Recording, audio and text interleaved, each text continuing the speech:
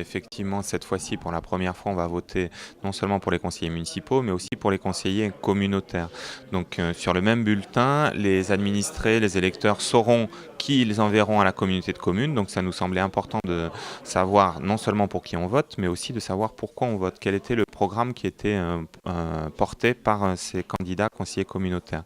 Donc, nous avons des candidats dans toutes les communes qui partagent un même projet. Et donc, nous souhaitions aujourd'hui, effectivement, une dizaine de jours avant ces municipales, faire connaître davantage ce programme communautaire. Il y aura un nouveau président puisque Jean-Marc Lard, qui est l'actuel président, ne souhaitait pas se représenter. Donc il soutiendra ce programme, il soutiendra cette candidature, mais cette candidature est aussi soutenue par des maires, des vice-présidents actuels, des candidats nouveaux de toutes les communes. Alors, justement, c'est l'occasion de faire un petit peu de pédagogie, d'expliquer ce que l'on fait à la communauté de communes. Dans le Seignance, les compétences qui sont extrêmement fortes pour la communauté de communes, ce sont le développement économique et touristique, puisque nous portons des projets très importants, un parc d'activités de 60 hectares qui a déjà commencé à sortir de terre, l'arrivée des allées shopping à Ondres. Donc, nous portons ces projets avec une unanimité derrière ces projets. Nous avons un comité de bassin d'emploi qui est financé par la communauté de communes qui nous permet d'accompagner ces projets. Donc ça, c'est une compétence extrêmement forte, extrêmement concrète qui nous permet d'accueillir de nouvelles entreprises et de créer de nouveaux emplois.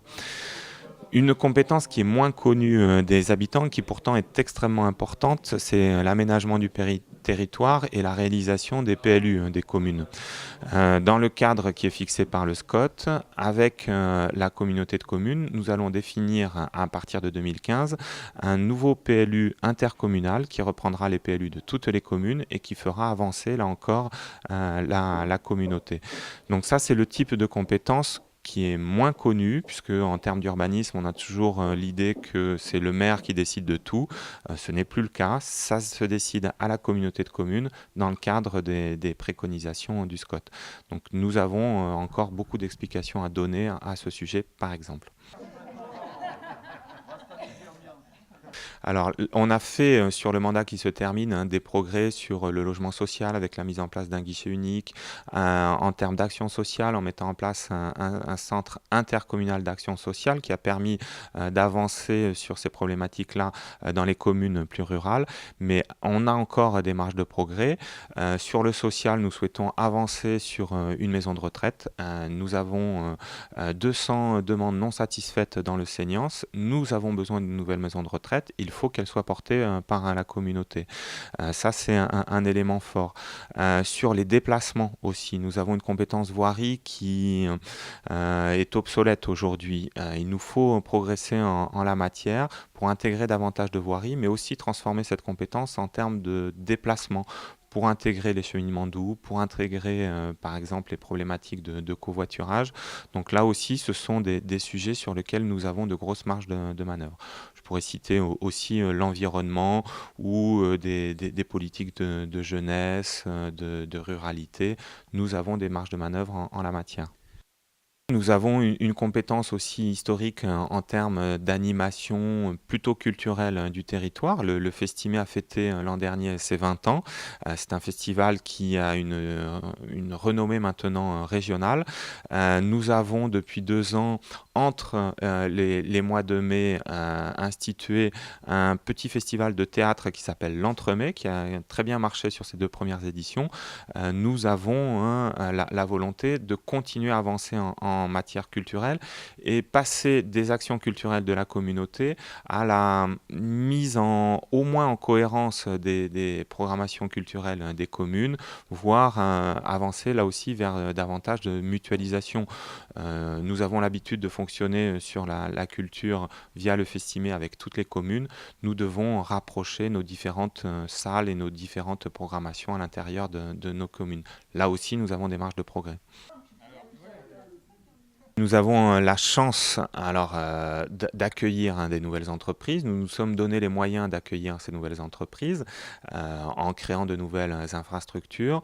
Nous faisons partie du SCOT de l'agglomération bayonnaise et on s'aperçoit que dans le SCOT qui vient d'être voté, la moitié du foncier économique à l'échelle de ces 48 communes, de ce bassin de 220 000 habitants, la moitié de ce foncier se trouve dans le Seignance. Nous venons d'accueillir des entreprises comme Beltrame sur le Port, comme Lataste à Saint-Martin-de-Seignance. Certaines autres entreprises sont en train de s'installer à Souspès. Nous avons une richesse économique qui progresse et donc des ressources fiscales depuis que nous sommes passés en taxe professionnelle unique, des recettes fiscales qui progressent à la communauté. Donc nous savons que dans les années qui viennent, nous allons pouvoir compenser la baisse des dotations de l'État par ces recettes propres. L'enjeu aussi pour nous, c'est de mutualiser davantage pour certes économiser à l'échelle de notre collectivité, mais aussi bénéficier grâce à ces mutualisations de ressources liées aux dotations de l'État plus importantes. Donc nous avons quand même des perspectives pour porter ce projet, pour financer ce programme, des perspectives bonnes, sans parler de l'arrivée des allées shopping.